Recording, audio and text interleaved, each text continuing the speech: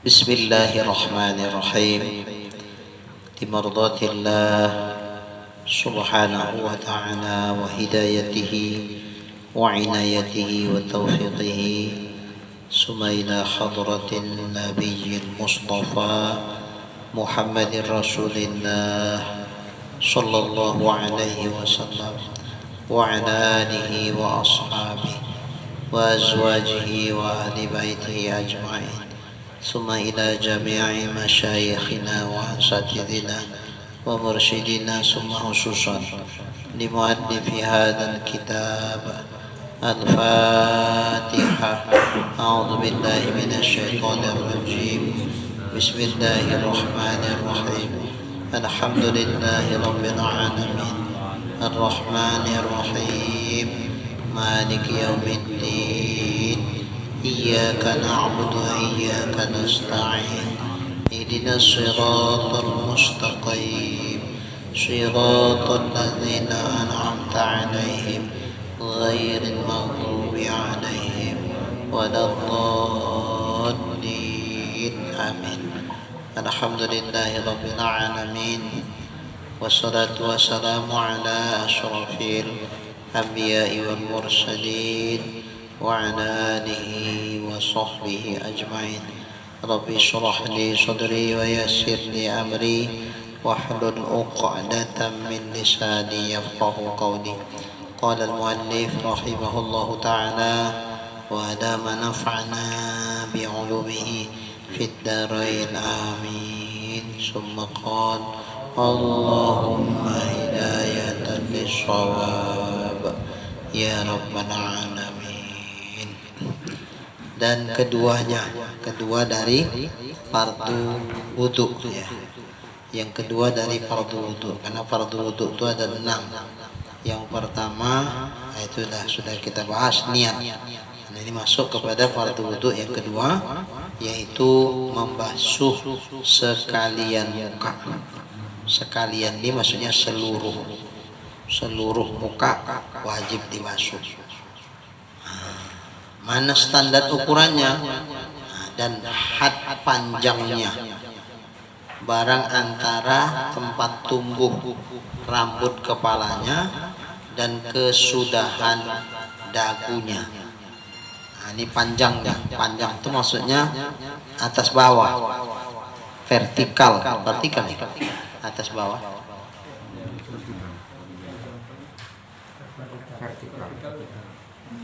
yang mana yang betul?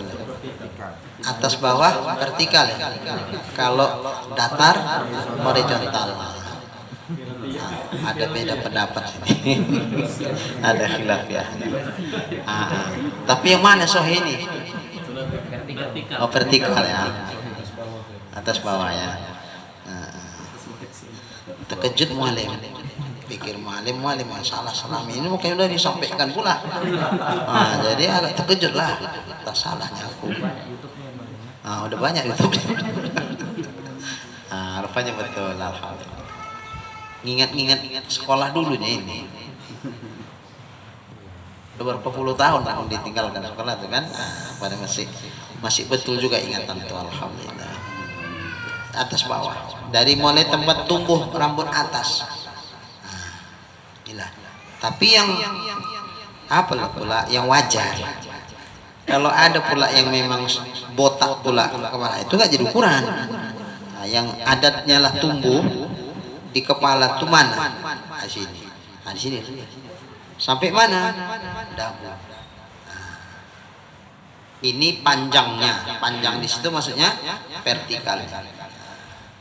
Di sini tempat tumbuh rambut yang di kepala, yang teradatnya sama dan lebarnya, ini tadi apa namanya? Horizontal. Lebarnya daripada anak telinga kepada anak telinga. Mana anak telinga itu? Ini yang kocek nih. Ini anak telinga namanya. Nah, dari anak telinga ke anak telinga. Nah, ini lebarnya. Nah, tinggal kita mengarahkan ini, teruskanlah kemari. Rahang ini kena ini masuk nih. Nah, terus ke bawah dagu. Ini pun gitu juga, dari anak telinga ini teruslah rahang nih turun kemari.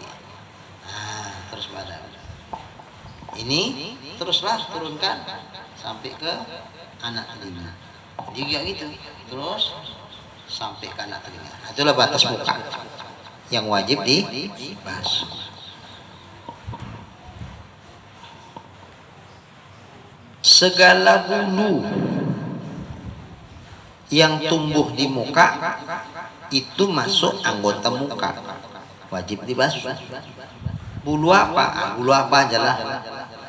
Bulu kumis, bulu alis, bulu mata, apalagi.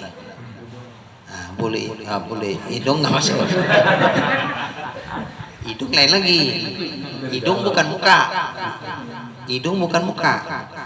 Maksudnya lubang hidung itu bukan kira muka. Tapi kalau hidung ini kira muka nih. Nah, tapi entahlah kalau di hidungnya ada bulu. Tapi biasa kalau orang bilang bulu hidung itu yang di dalam. Nah, dalam. Nah, kalau dalam hidung ini lubangnya itu had batin. Untuk wudu, untuk mandi wajib itu had batin. Itu kira batin. Enggak wajib. Yang wajib dibasuh itu yang anggota zohir. Yang zohir, yang mana yang ini aja lah. Nah, dalam hidung, lubang hidung itu kira batin. Untuk hukum hadas. Tapi kalau untuk hukum najis kira zohir. Maksudnya apa? Hidung itu wajib dibersihkan, disucikan kalau seandainya kena najis. Karena dia masih dihukumkan zohir untuk hukum najis. Apa contoh? Berdarah hidungnya. Kayak mimisan. Nah, itu wajib pula dibersihkan. Karena darah itu najis, bersihkan. Nah. Atau misalnya begini, menggantikan celana anak itu kena kencing, nggak sabar awak, emaknya sibuk kali kan. Bang, tolong napa bang anak kita tuh bang, kencing tuh kurasa, gantikan pampasnya itu dulu. Iyalah, namanya sang istri awak. Sayang anak, sayang istri. Nah, apalagi lama nunggunya. Tepeganglah kencing tuh, alah, tepegang aku lah kencingnya, ya Allah. Nah, gatal hidung, masukkan, pula lagi, tak berair, masuk gatal. Jadi udah pegang kencing nih, najis ya, tinggal masukkan, najis ke hidung, najis, wajib dibersihkan, disucikan. Cuman ya ginilah sedot, istinsak ya.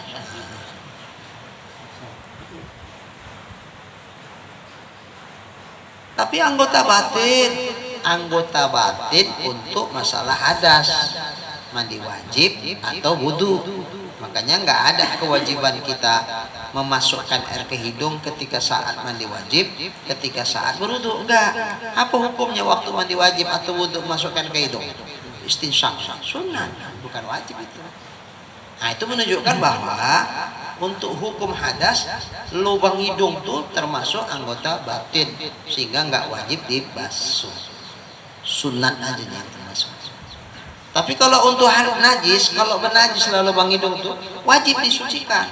Loh, tapi anggota batin itu hadas tuh najis kela zohir, wajib bersihkan. Tapi kalau dalam perut, biar hadas, biar najis itu kera batin, nggak wajib dibersihkan.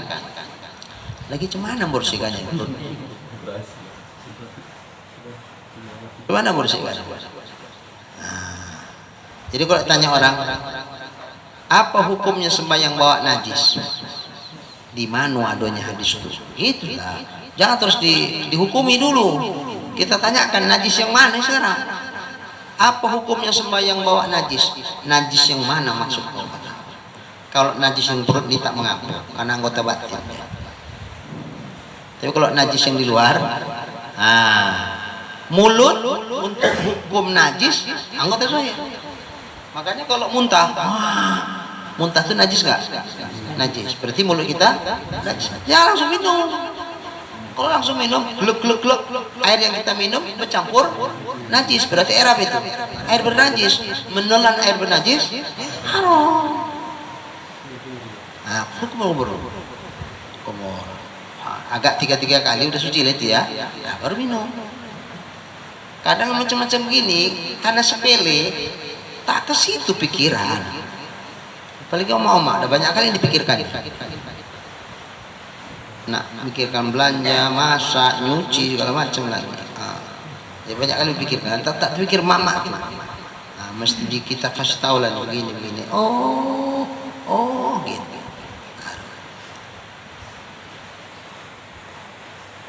Cuman ada pertanyaan, ada yang nanya, Ustadz, jadi kalau anak bayi itu ada muntah anak bayi? Kalau orang Jawa bilang gumoh, kalau bahasa apa? Ada bintar katanya.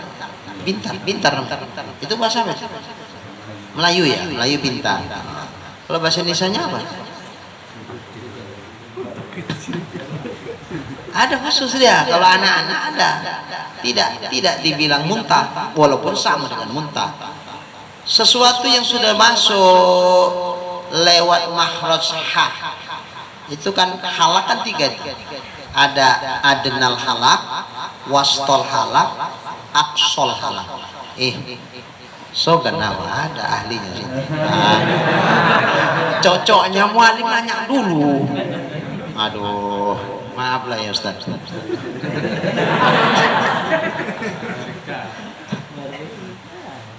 Syukur-syukur betul lah ini ya. Betul yang mana bilang. Oh betul. Tapi gitu pun memang harus ditanya sama ahlinya dulu. Nah, mualim kan nggak ahli di situ. Cuman pernah dengar saja. Nah, sekali ini nanya lain. Kalau adnal halak itu yang mana hurufnya?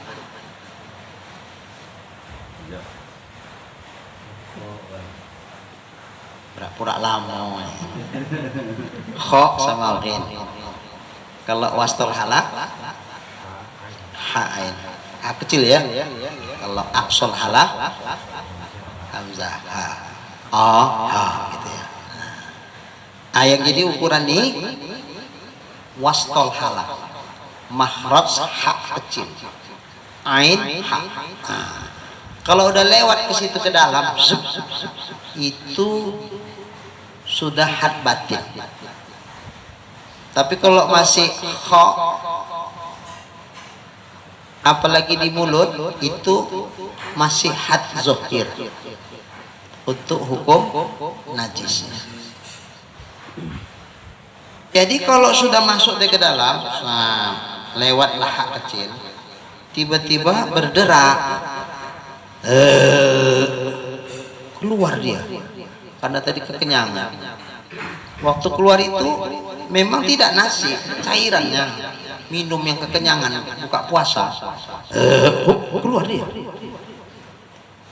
Belum asam, masih baru masuk, kan belum asam, masih manis dia. Karena kebetulan minum es kelapa tadi ya, manis. Apa ini? Kira-kira yang keluar tuh najis nggak? Najis, hukumnya muntah itu. Jangan kita pikir kalau muntah tuh mesti nunggu asam. Itu kan udah kelamaan di perut, asam dia muntah. Tapi belum pun lama, belum berubah dia, belum asam, tapi udah masuk lewat hak kecil makhraj si makanan tadi atau minuman. Ketika keluar lagi hukumnya sama, macam muntah udah. Berarti yang keluar itu apa? Najis. Najis. Berarti baju kumur-kumur nggak? Seandainya lagi sholat lah ini, lagi sholat. Karena kekenyangan dibikin ruko, ikut tidal, dipuncah dia, keluar dia. Batal nggak semuanya? Nggak keluar kemari, nggak keluar ke bibir, keluar ke mulut aja. Batal nggak? Enggak ditelan. Gitu aja. Keluar dia. Keluarnya itu batal nggak? Sholatnya batal. Kenapa batal? Karena dia membawa najis. Najis yang mana? Najis yang berada di had zahir. Mana had zahir? Mulut. Tapi di dalam pun bawa juga di dalam had batin. Hak ke bawah itu had batin. Itu tuh bawa bercampur pun sama kotoran dan sebagainya. Enggak apa-apa. Kenapa? Karena dia walaupun najis si kotoran tadi, tapi dia kan masih berada di had batin. Had batin maka apa-apa. Tapi kalau keluar dari had zahir, mulut had zahir untuk hukum najis, maka batal sembahyang. Berarti bawa najis. Aduh, yang parah kalau awak jadi imam pula nih. Cemana, makanya baru rakaat awal-awal. Karena imam nih membaca pula lagi dia kan. Kalau makmum tidaknya sekeras kayak imam bacaannya. Kalau imam tuh maka jadwal jadi imam tarawih itu agak jauh pula itu. Ini karena agak jauh, begitu siap buka langsung gerak, enggak terkejar. Macetnya lagi pertimbangan. Jangan sampai sana udah capek-capek awak napas terengah-engah, tahu-tahu yang ceramah orang lain dikira tak datang. Coba Ustaz Faruk. Jadi ditancap sampai alhamdulillah, pas sampai pas azan langsung pula kan sholat, habis sholat isya ceramah pula lagi. Nafas belum teratur lagi pada ceramah, habis itu awak pula jadi imam tarawih lagi. Ada sebagian masjid pula lain yang ceramah, lain yang imam. Masih mending lah begitu kan. Ada nggak langsung merangkap semuanya. Rata-rata begitu kan. Jadi pas tarawih baru 2 rakaat, katanya tuh keluar dia. Aduh mak, gawat ini. Kira-kira keluar nggak idanya? Harusnya berhentikan nggak nih? Biar digantikan sama yang lain. Berhentikan. Jangan kita malu. Karena malu, udahlah telan balik. Masih manis kok. Sholat lanjut. Ya dimuntahkan mana mungkin awak ludahkan kan? Nah, diludahkan banyak kali ludahnya nanti. Malu awak. Jalan satu-satunya ditelannya. Enggak asam kok, masih manis. Lanjut sholatnya. Iya mana sah sembahyang? Sepanjang tarawih pula. Tadi baru rakaat yang kedua kan? Baru rakaat yang kedua. Sepanjang tarawih gitu sampai sak witir-witirnya. Semua tarawih sama witirnya tak sah itu sembahyang. Karena mulutnya sudah bernajis, bawa najis, tak sah.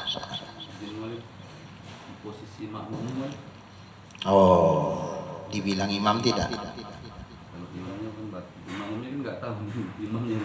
Iya, dibilang imam tidak. Tidak ada. Malu lah itu bilangnya kan. Ada aman awak. Kan nggak wajib nanya awak. Pak Imam tadi berderak-derak nggak ada keluar nggak sampai gitu-gitu kali awak. Nggak sampai segitu juga lah kita wajib nanya kan. Udah sangka baik aja kan gitu. Aman kalau makmum.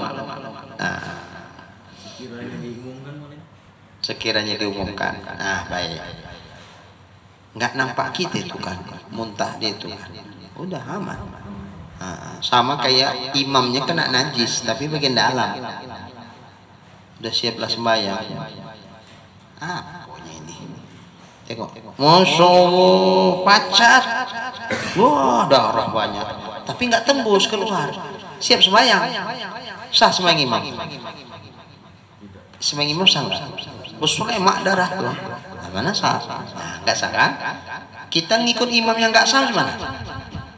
Penyebab nggak sah imam itu apa? Najis.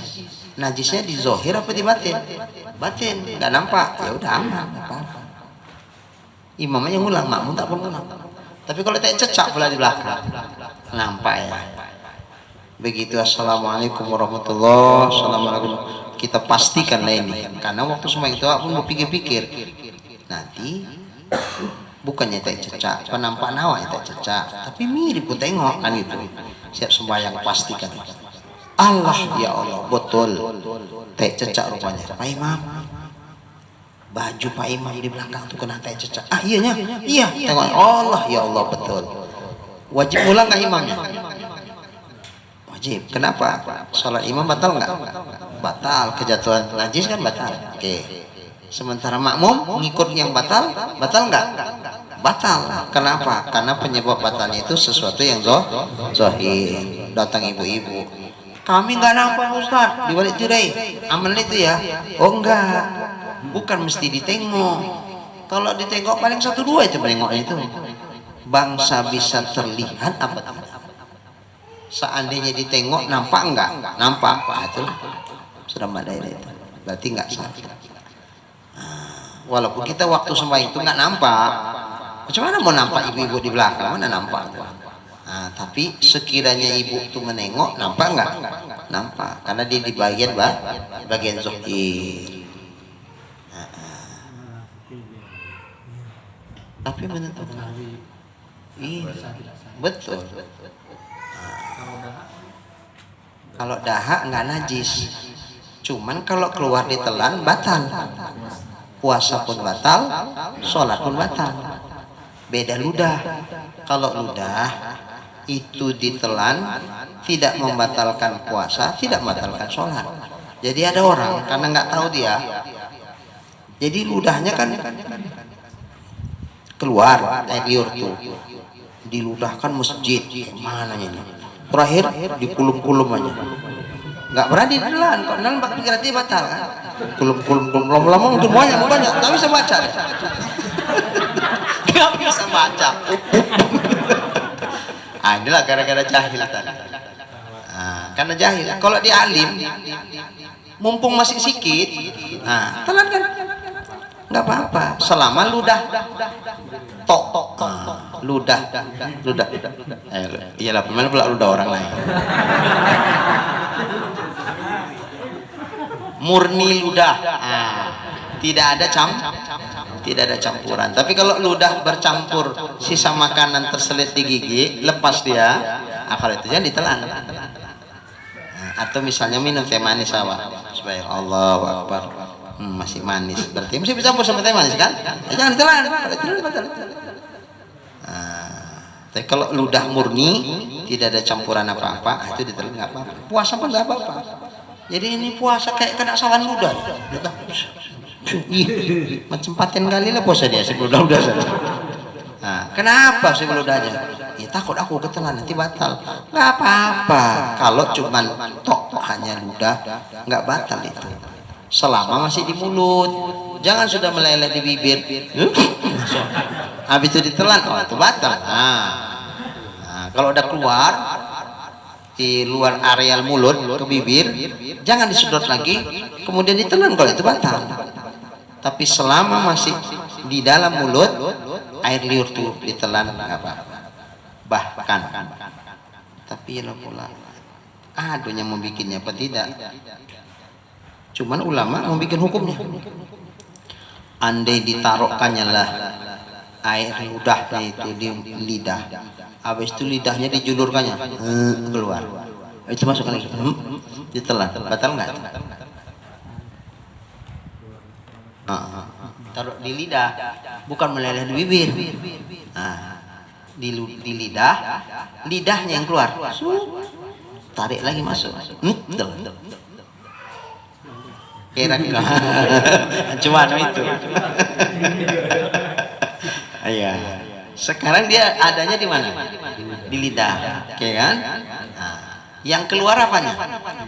Lidahnya yang keluar. Tapi karena dia di dalam lidah, otomatis dia ikut keluar. Bukan dia yang keluar, dia berada di lidah, lidahnya yang keluar. Nggak apa-apa.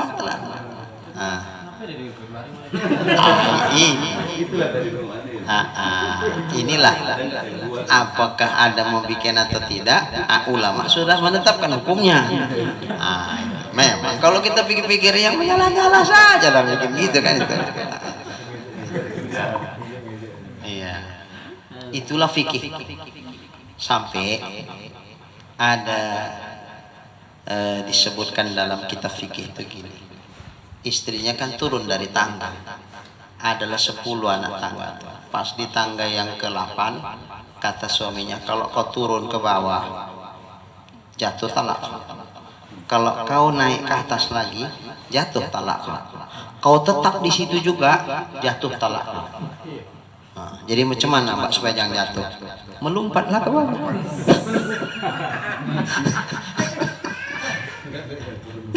Melompat kan? Kalau turun kau dari tangga tuh ke anak tangga berikutnya jatuh talak kau. Naik kau ke atas anak tangga berikutnya jatuh talak kau.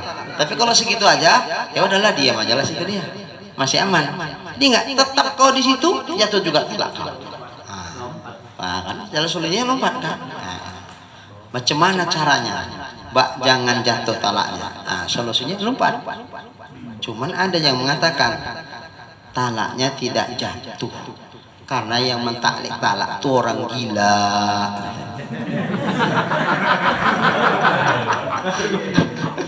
Iyalah, cakap orang gila mana jadi hukum? Gila lah itu.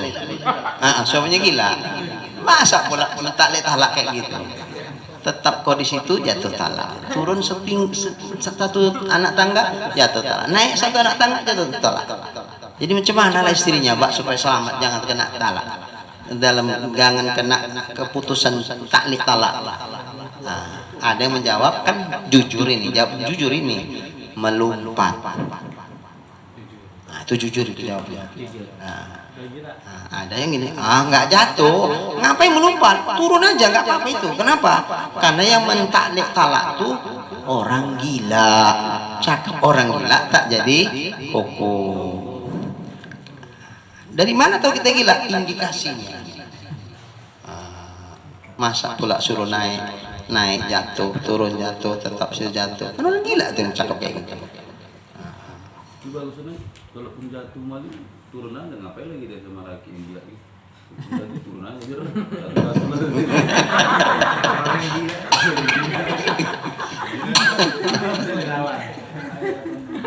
iya, itulah masalah fikih itu.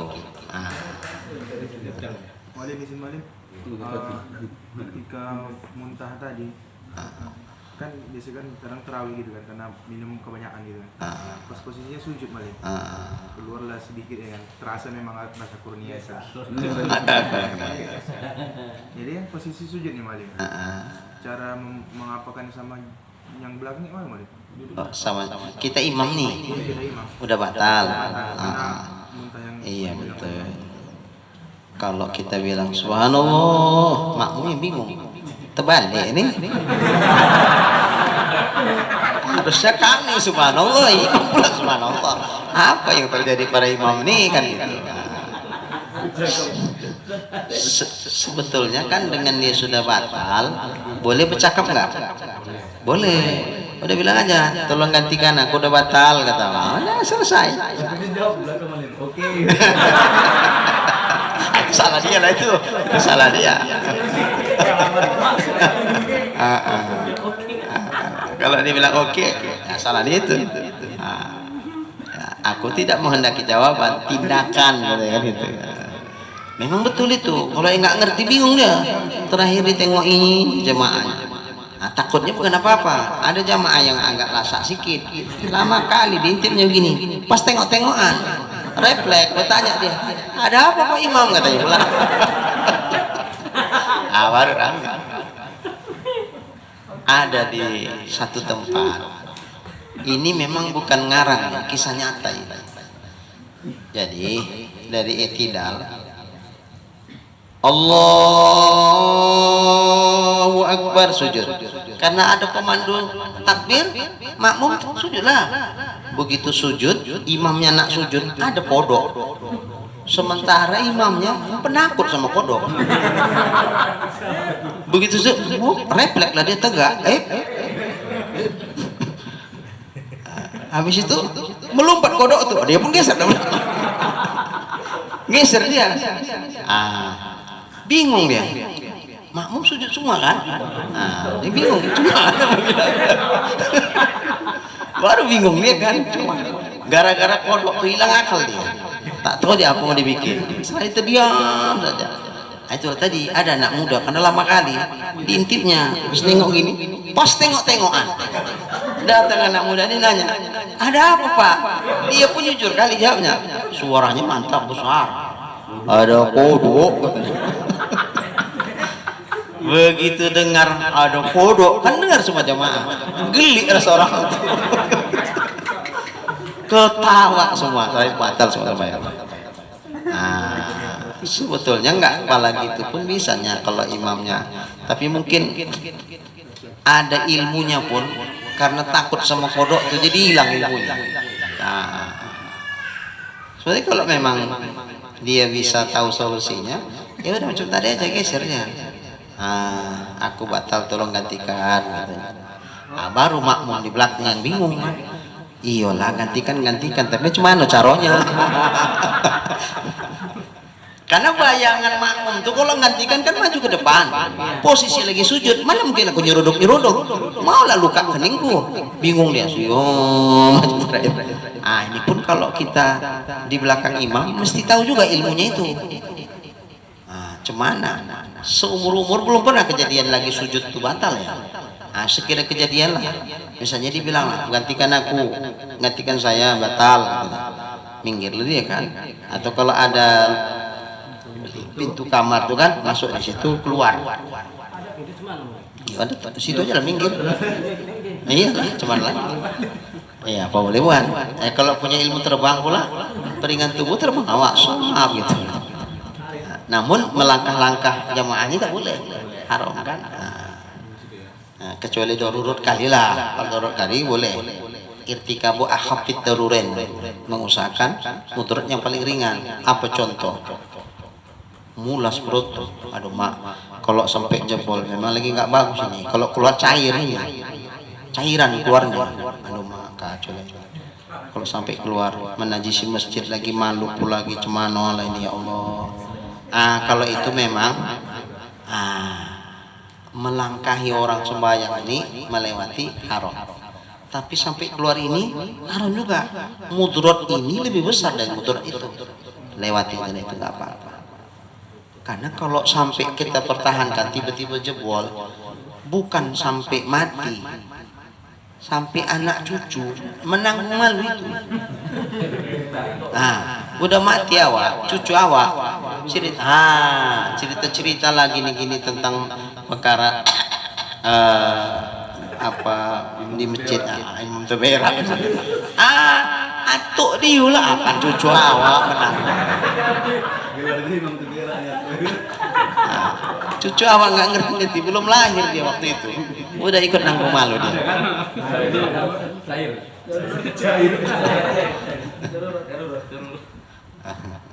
Jadi begitu.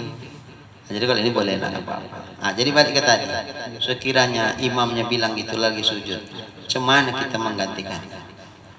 Jadi cara menggantikannya begini, kita maju ke tempat imam tuh di posisi waktu berdiri, bukan di posisi selain berdiri. Kalau di selain berdiri nggak apa-apa, di situ aja lah. Sejajar lah sama makmum yang lain di saf pertama tuh, nggak apa-apa sejajar. Itu makruh sejajar kalau seandainya ada kesempatan untuk bisa maju tapi tak maju, itu makruh.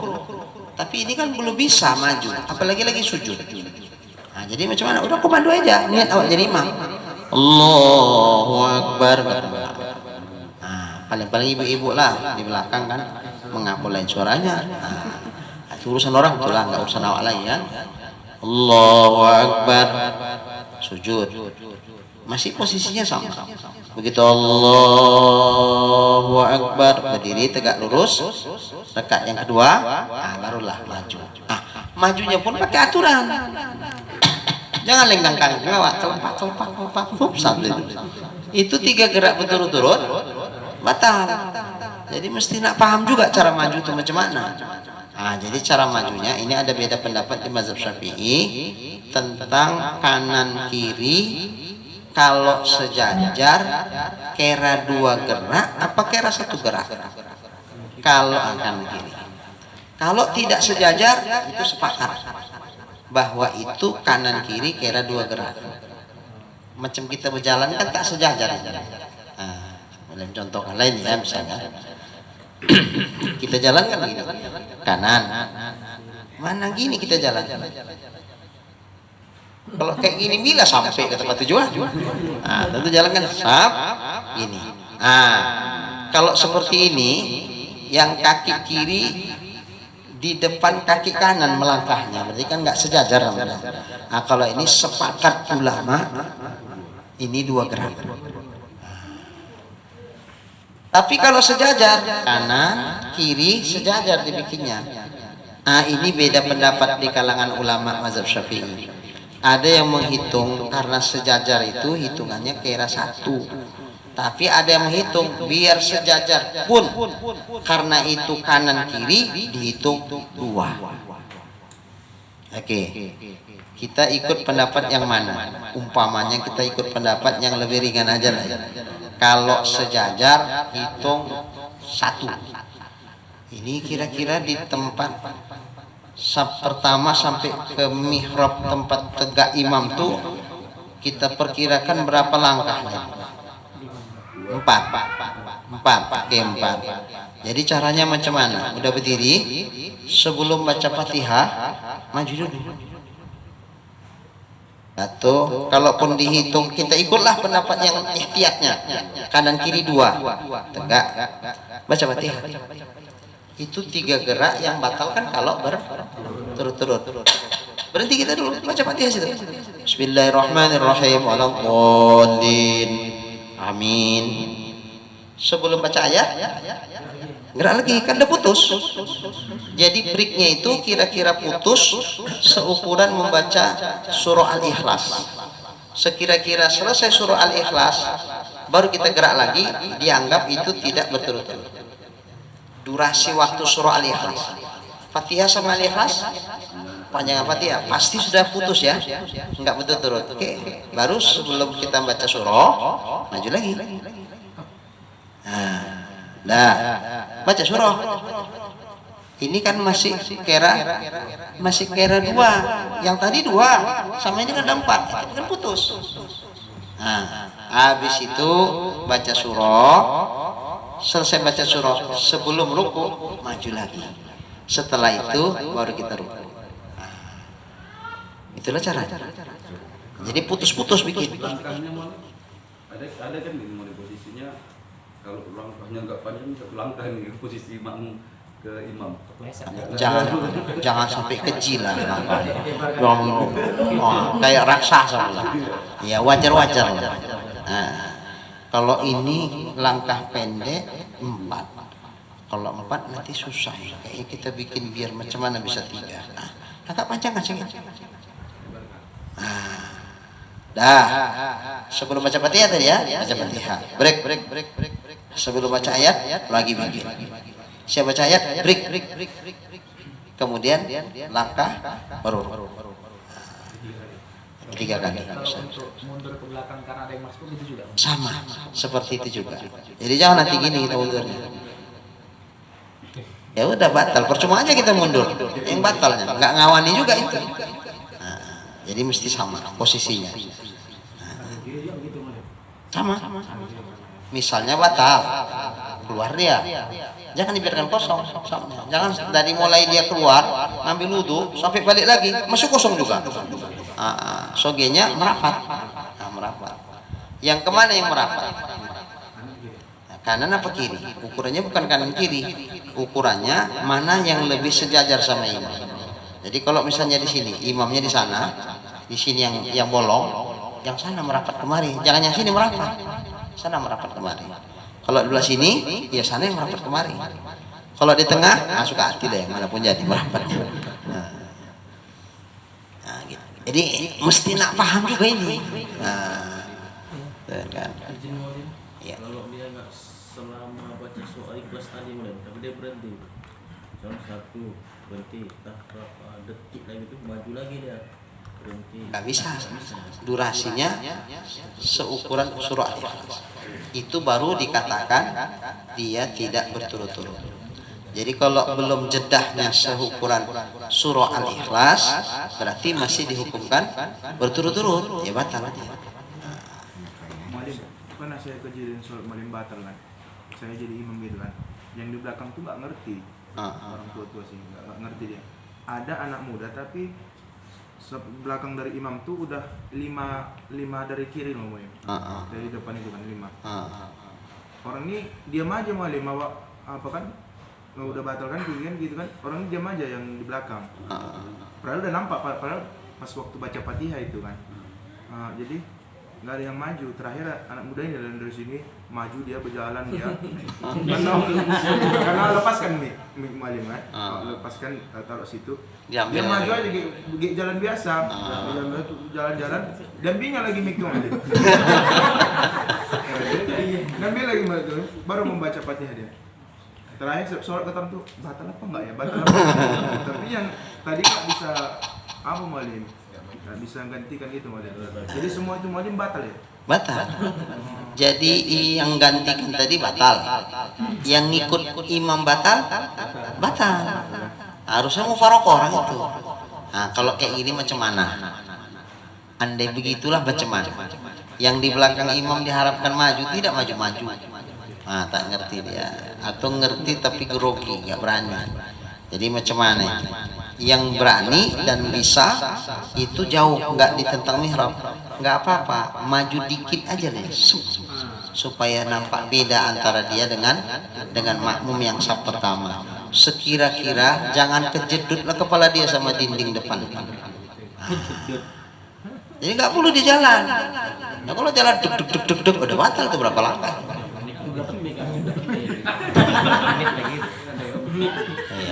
Jadi betul, mic yang di sini itu bisa jadi penyebab batal sembahyang itu. Misalnya, pas berdiri rakaat yang kedua kepijak talinya, Allah tuh jatuh ke bawah, turun lagi, ambil lagi, pasangnya balik. Kan copot, yang sangkut sini masih kan putus dia kan, jatuh, diambil lagi, dibetulkannya lagi. Berapa gerak nih tangannya, udah itu. Hal itu batal. Makanya sujud baru sujud nampak tasnya. Ya, ini kan perkaranya batal itu bukan harus ditengok orang. Ditengok orang kan ditengok orang, kalau kita tahu ini begitu batal. Jadi izin walid, nah masalah dahak tadi, ini kan kayak kejadian ini sering jadi imam walid, apalagi subuh kan, malamnya banyak minum rokok kan, subuh tuh agak banyak lendiran, jadi pas imam serak, pas serak itu di keluar dahaknya. Ini posisi imam itu apakah lebih bagus diludahkan, kalau ditelan batal malah? Iya, dibiarkan nanti banyak apa? Ya pilih juga beli. Solusinya memang nggak ada lain. Kalau diludahkan jangan di masjid. Udah kemarin, dosa, haram. Walaupun bukan najis, dahak bukan najis, tapi kan mengotori masjid, haram. Apa boleh bola kantong aja jadi korban. Makanya cocok juga kita ustaz-ustaz jadi imam tuh pakai kayak gini. Jadi mana tahu ada insiden kayak gitu.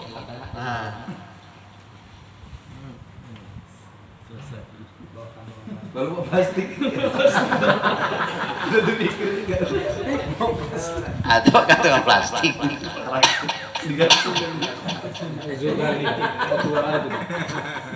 Jadi kalau bawa plastik memang betul. Itu yang udah sering-sering itu. Kalau yang nggak sering-sering kan nggak kepikiran awak kayak gitu kan, insiden. Nah, jadi gitulah. Nggak ada solusi lain. Nah, kalau ibu-ibu teleponglah jadi korban. Timbang tak bisa dibaca kulum-kulum, ditelan batal, dibuangkan ke masjid haram. Solusinya nggak ada lain. Itulah paling korbanlah terpukul. Jangan dibatalkan. Ustaz, kan risih Ustaz. Apa nggak lebih baik kita berhentikan aja sembahyang itu Ustaz? Kemudian kita sapnya belakangnya, kita ludahkan keluar. Habis itu mulai takbiratul ihram baru lagi. Itu kayak mana pula? Membatalkan sembahyang dengan sengaja, hukumnya haram. Dia jangan dibatalkan. Ada solusi lain. Ya korbanlah pakaian. Masalah urut tadi atau masalah sholat ketika orang yang sakit dia pakai kantong air seni malam. Nah ibadahnya gimana? Oh iya iya. Kalau bisa sebetulnya hampir mirip juga sih. Sebetulnya kalau dalam kitab itu nggak malah dikantongi, pakai kateter ya. Nah, cukup pakai pempes saja. Kalau di dalam kitab itu kan ini penyakit silasul baul, netes terus. Jadi nggak malah pakai kateter itu, misalnya pakai ini pempes. Jadi sebelum dia wudhunya pun wudhu darurat ini, jangan dia berwudhu kecuali setelah masuk waktu.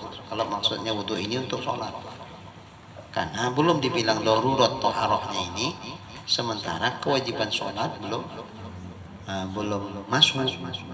Berarti kan belum ada perintah sholat. Kalau belum ada perintah sholat, ya belum ada perintah wudhu. Makanya kalau dia berwudhu ketika itu nggak sah. Karena kan netes terus. Jadi sampai ke tingkat darurat. Daruratnya apa? Datang perintah wajib sholat, maka sebelum dia mengerjakan sholat kan wajib juga dia berwudu. Maka wudhunya wudhu darurat. Istinja dia dulu, pakai pempes. Ini mualat, nggak boleh berjarak lama. Habis dia pakai pempes, langsung dia berwudu. Nggak boleh berjarak lama antara wudhu pempes dengan wudhu, langsung wudhu. Tak boleh dia melakukan aktivitas yang tak ada hubungannya dengan sholat. Begitu selesai wudhu, di wudhu itu tak berapa kali tes ini? Tes, basuh muka tes, basuh tangan tes, pokoknya tes saja. Nggak apa-apa, nggak batal itu, karena ini uzur. Seandainya itu dihukumkan batal, ulang lagi, ya kapan dia bisa sembahyang? Gitu-gitu aja loh kerjanya kan. Maka kemaafan sudah berlaku sama dia. Cuman itu tadi, jangan dia melakukan hal-hal yang tak ada kaitannya dengan sholat. Selesai wudhu langsung dia sholat. Tapi kalau ada kaitannya dengan sholat nggak apa-apa, seperti menutup aurat, masang-masang telkung, pakai kain dan sebagainya, itu kan masih ada hubungannya dengan sholat, itu nggak masalah. Nunggu anak paling misalnya mau berjamaah gitu, nunggu anaknya lagi mandi gitu, dia duluan selesai gitu, apakah boleh?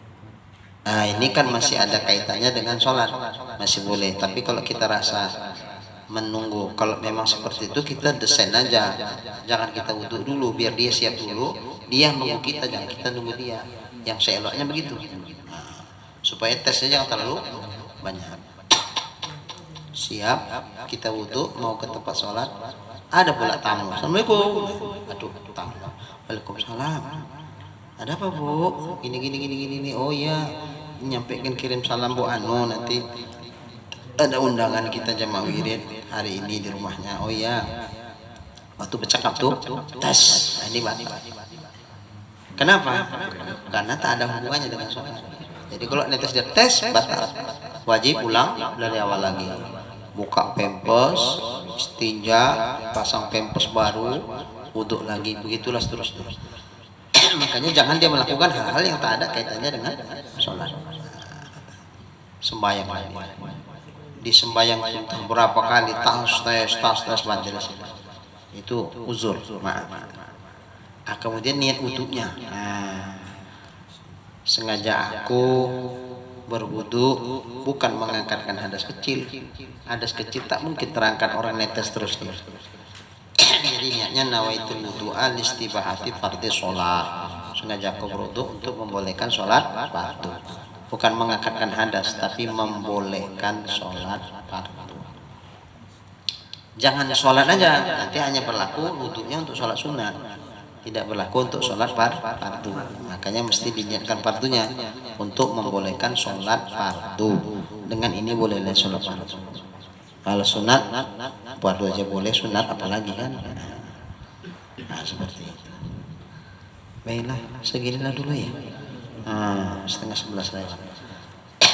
Ya, baru sepenggal nih, sebaris.